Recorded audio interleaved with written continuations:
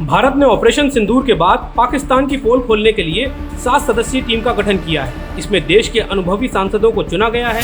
सीमा पार आतंकवाद के खिलाफ भारत की लड़ाई को अब अंतर्राष्ट्रीय स्तर पर और मजबूती देने के लिए देश की राजनीतिक पार्टियों को एक साथ खड़ा किया जा रहा है। तो चलिए आपको बताते हैं कि आतंकवाद को लेकर भारत के स्टैंड को दुनिया के सामने रखने वाले सांसदों में कौन कौन से चेहरे शामिल हैं। दरअसल भारत के ऑपरेशन सिंदूर से मिली भरपूर चोट के बावजूद पाकिस्तान अपनी शेखी बघार रहा है। भारत की सैन्य शक्ति के आगे बेबस हुआ पाकिस्तान सीज फायर को अपनी जीत की तरह पेश कर रहा है।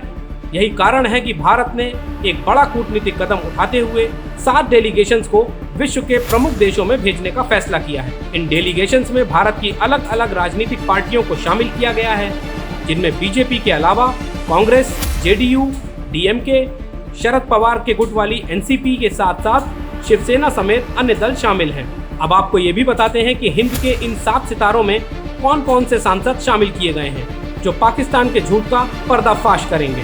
डेलीगेशन को लीड करने वाले नेताओं में कांग्रेस सांसद शशि थरूर का नाम सबसे ऊपर रखा गया है। तिरुवनंतपुरम से 4 बार के सांसद थरूर एक जाने माने लेखक और डिप्लोमेट भी हैं। उन्होंने संयुक्त राष्ट्र में लंबे समय तक सेवा की है और उनकी अंतर्राष्ट्रीय पहचान भी है। डेलीगेशन में दूसरा नंबर बीजेपी सांसद रविशंकर प्रसाद का है।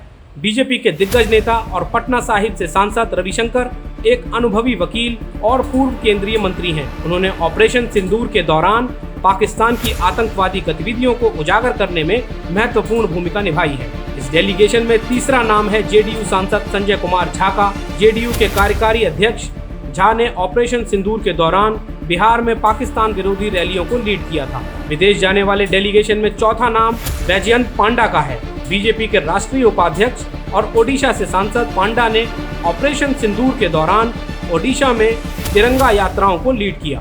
भारत के 5वें डेलीगेशन को लीड करने वाली नेता हैं कनिमोझी। सामाजिक न्याय और मानवाधिकारों की मुखर आवाज कनिमोझी डीएमके के वरिष्ठ नेता और तमिलनाडु से सांसद हैं। दक्षिण भारत से आने वाली ये आवाज दिखाती है कि राष्ट्रीय सुरक्षा जैसे मुद्दों पर राजनीतिक सीमाएं मिट जाती हैं। वहीं भारत के 6ठे डेलीगेशन को लीड करेंगी शरद पवार के गुट वाली एनसीपी सांसद सुप्रिया सुले। शरद पवार की बेटी और संसदीय मामलों में अनुभवी सुप्रिया सुले पाकिस्तान प्रायोजित आतंकवाद पर भारत की स्थिति को स्पष्ट रूप से उजागर करती हैं। इसके साथ ही शिवसेना के युवा सांसद श्रीकांत शिंदे को 7वें डेलीगेशन की जिम्मेदारी सौंपी गई है। शिवसेना प्रमुख और महाराष्ट्र के डिप्टी सीएम एकनाथ शिंदे के बेटे श्रीकांत पेशे से डॉक्टर हैं। शिंदे की भूमिका ऑपरेशन सिंदूर पर राज्य की जनता को एकजुट करने में भी महत्वपूर्ण रही है।